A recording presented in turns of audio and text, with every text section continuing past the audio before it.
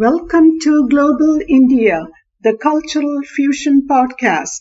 We are in the business of building cross-cultural bridges and not walls. And folks, we are not asking Mexico to pay for our bridges either.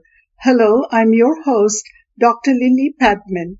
At the outset, on behalf of the Lions Club of Bangalore, Whitefield, I would like to thank the following donors for their generous donations to the Whitefield Lions Club Services Trust.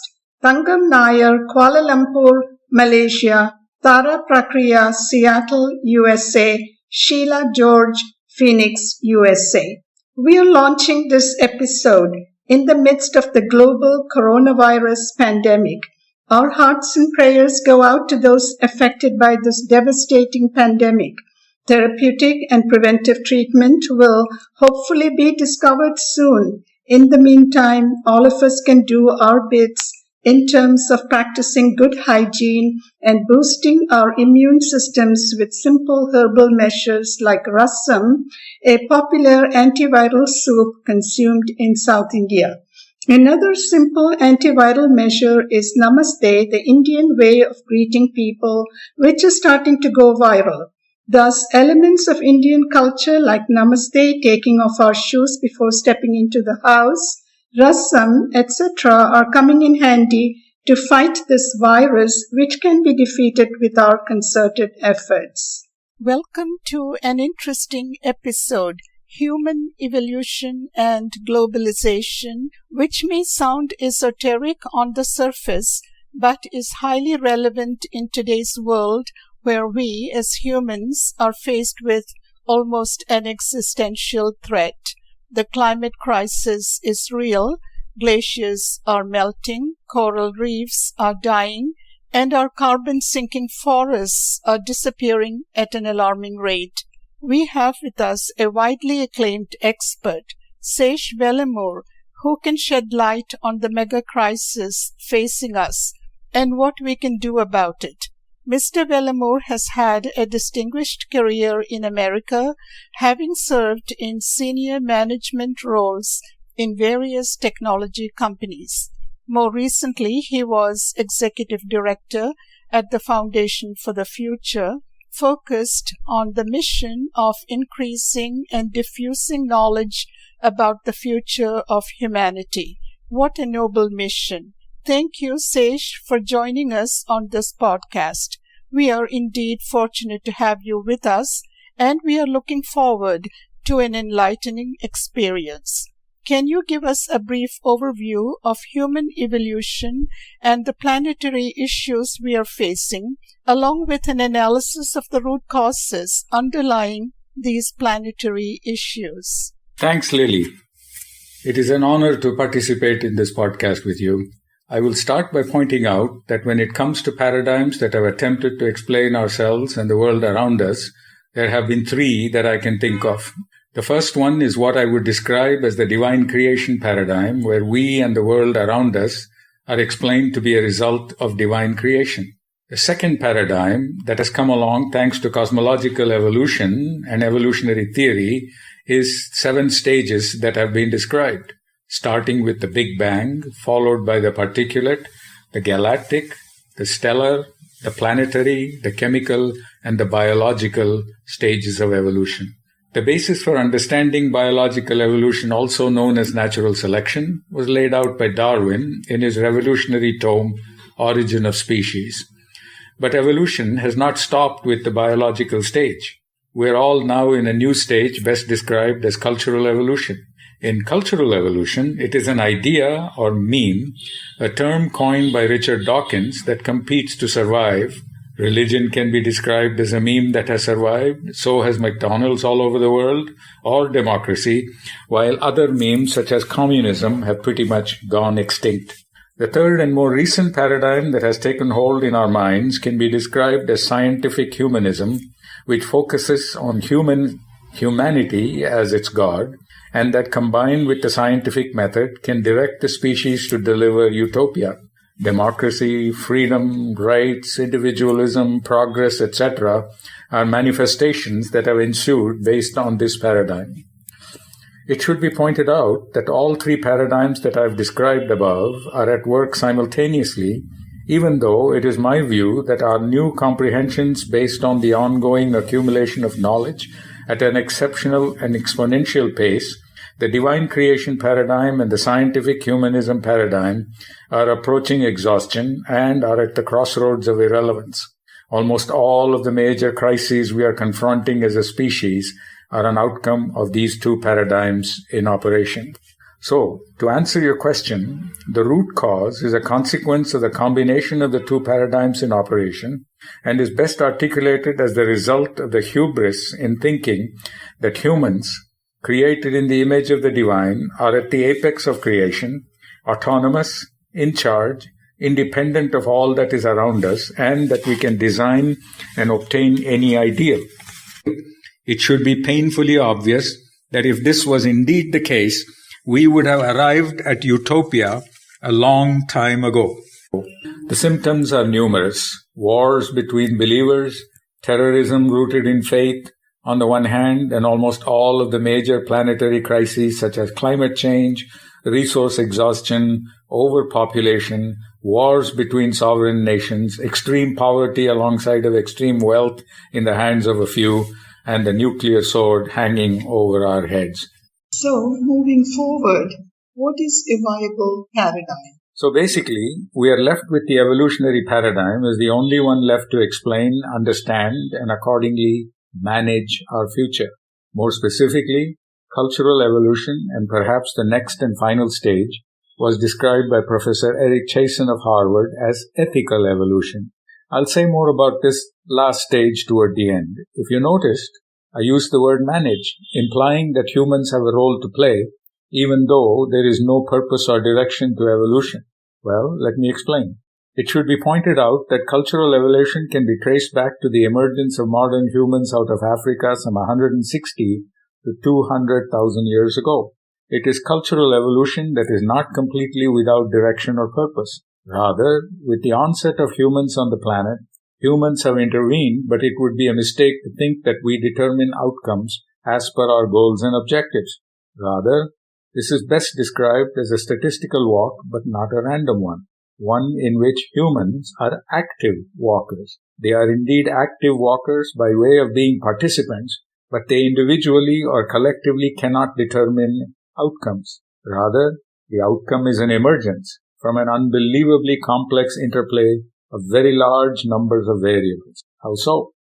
Imagine a three-dimensional matrix. A three-dimensional matrix of multiple human identities, active participants in dizzying array of human inventions such as social, cultural, political, and economic systems interacting with nature as in the biosphere, the zoosphere, the geosphere, and the atmosphere. Another way to understand the past, the present, and the future as emergence is by grasping the basic of new concepts such as self-organization, critical mass, and tipping points, demonstrated extremely well by the physicist Per Bach in his book How Nature Works, using the thought experiment of the sand pile. It is beyond the scope of this podcast to go into details. As I have stated before, and I will repeat again, that in this complex ongoing interplay, desired outcomes are highly improbable, but we have not yet given up trying. Thank you, Sesh, for a comprehensive overview of the evolutionary process and the root causes that have led to the present global crisis. According to Elizabeth Sartouris, an evolution biologist, globalization is the natural, inevitable, and even desirable process by which humanity matures as a species, shifting from the competitive, acquisitive mode of a juvenile species to the cooperative, sharing mode of a mature species. She points out some aspects of globalization that demonstrate our ability to cooperate, citing our global telephone, postal, shipping, and air travel systems as examples, while arguing that the course of economic globalization needs to be changed to a healthier one. She further states that the measure of human success must shift away from money to the well-being of all humans and all species. This sounds a bit like Advaita philosophy, but is it a realistic goal? What is your take on globalization? As for globalization, I don't either agree or disagree with Elizabeth Sartoris. Incidentally, I know her personally. Globalization is indeed an outcome of the evolutionary process within the stage of cultural evolution. In an evolutionary chronology, globalization is not anything new. It has been afoot for millennia, starting with the emergence of modern humans out of Africa some 160 to 200,000 years ago. Tribes, villages, fiefdoms, kingdoms, the Romans, the Greeks, the Egyptians, the Arabs, the English, the Dutch, the Portuguese, the French, the German, the Americans, and now the Chinese and the Indians, and on, are all globalizers in one sense or the other. Technology of shipbuilding, the compass, the printing press, the cannon, the tank, the fighter aircraft, the aircraft carrier, yoga, noodles, art and music, and even McDonald's are elements in this globalization. What is new and different, however, is that globalization, like all other such phenomena, is now accelerating in an exponential manner thanks to the computer and the internet. What is also new is that globalization is, for all intents and purposes, driving the idea of the nation-state to obsolescence, except that it is difficult for us humans to let go of this level of identity as to who we are. If you are having difficulty in accepting this notion, please note that we now have supranational organizations galore, attempting to manage crises and issues that the nation-state has been unable to resolve. The League of Nations, the United Nations, UNESCO, FAO, the EU, ASEAN, NATO, Mercosur, NAFTA, CAFTA, Group of 7, Group of 20, and I could name another 20 or so that are examples of globalization, but as reactions to the inability of the nation-state to cope with things that have spilled over and beyond the nation-state. Specifically, do you agree with Elizabeth Sartoris that globalization has the potential for solving global issues? You ask, do I agree with Elizabeth on how globalization can help? I do indeed, but let me begin to answer by taking us back to what I mentioned earlier, that as humans and the planet, we are perhaps the final stage in evolution, namely ethical evolution. To best understand this stage, I would urge everyone to listen to Carl Sagan and his 2-minute exposition on the pale blue dot. Basically, what is implied in ethical evolution is that the pale blue dot, meaning the planet Earth, is all we have for a home, that it is finite as it pertains to resources except for the sun. For us to survive as a species, the first requirement is that we as humans have to think of ourselves as citizens of the world, that we are dependent on each other and are part and parcel of nature. But this new, but really old state of mind has already been articulated in our own Indian philosophy as Vasudhaiva Kutumbakam, meaning the whole world is my family. This is not very different from Elizabeth imploring us to move away from competition and consumption and towards cooperation and well-being. A globalized world is the means to the end and not the end in itself. Thank you, Sesh, for your exposition of a viable model for the emergence of the future and the course corrections that are necessary going forward. With these course corrections, do you see us approaching the concept of global consciousness as postulated in the Indian Vedanta philosophy? How can we take advantage of the internet and the tremendous connectivity in cyberspace to work toward the ultimate goal of our survival? Our sages long ago described the idea of global consciousness as an a priori state of Nirguna Brahman, from which everything manifests itself and is a mirage. We therefore make the error of thinking that it is real and should be and is our complete focus. The solution is to not get carried away with this delusion, but to look inward at our true natures as that thou art, also stated as Tattvamasi. At the other end, observing what is going on around us, and with the advent of the internet and the individual-to-individual connectivity in cyberspace reaching beyond all boundaries of space and geography, it is not too difficult to imagine that as humans can progressively aggregate toward a sense of unity, awareness, consciousness at a planetary level, albeit a synthetic one, meaning virtual, by trial and error. A famous Jesuit scholar, Teilhard de Chardin, in his book Phenomenon of Man, articulated just such an idea. What he described based on his orientation as a Jesuit Christian is that traditional Christianity talks of humans as sinners, descending from God, whereas it should be looked at as the other way around, meaning humans are not sinners, descending from God as a demotion, but are actually evolving as a collective group, ascending to God. He described this conclusion and ascent as omega point. Thank you, Sesh, for your valuable insights into the paradigm of global consciousness, which can definitely galvanize us to act collaboratively in our collective interest. Based on this paradigm, can you give us a few concrete steps towards solving some of the global issues, starting with climate change, which is probably at the top of the list? Lily, specific to climate change, let me begin by pointing out that unbelievers notwithstanding, climate change is real. So when it comes to climate change, most likely, according to credible scientists, it is irreversible. Anyway, as it relates to strategies, there are two. One is mitigation and the second is adaptation.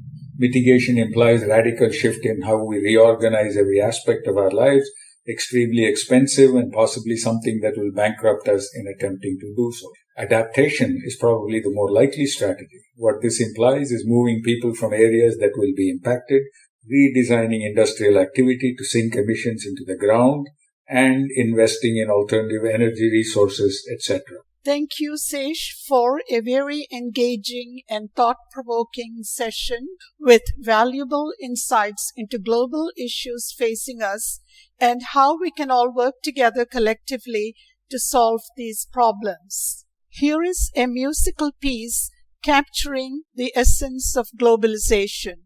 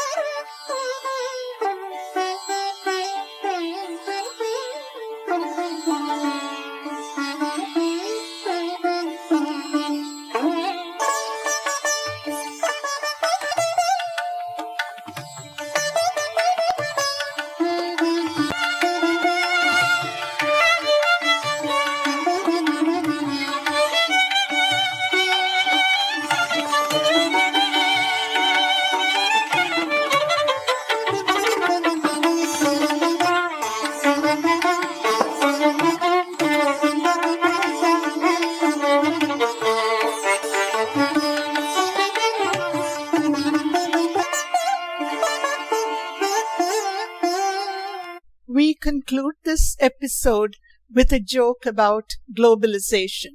Question: what is a good example of globalization? Answer: Princess Diana's death. Why? An English princess with an Egyptian boyfriend crashes in a French tunnel driving a German car with a Dutch engine driven by a Belgian who was drunk on Scottish whiskey, followed closely by Italian paparazzi on Japanese motorcycles, treated by an American doctor using Brazilian medicines. You probably read this piece of news on your computer that uses Taiwanese chips and a Korean monitor assembled in a Singapore plant. And that's what globalization is all about. This is a free podcast. However, if you enjoy the podcast to the point where it puts you in a generous mood, you can unleash your generosity by donating to the Lions Club of Bangalore Whitefield. Please check out their website. Please write checks payable to Whitefield Lions Club Services Trust out of your Indian bank accounts and send them to Global India 7612, Fenwick Cove Lane, Orlando, Florida 32819. For more details, please visit our website www.globalindiapodcast.com.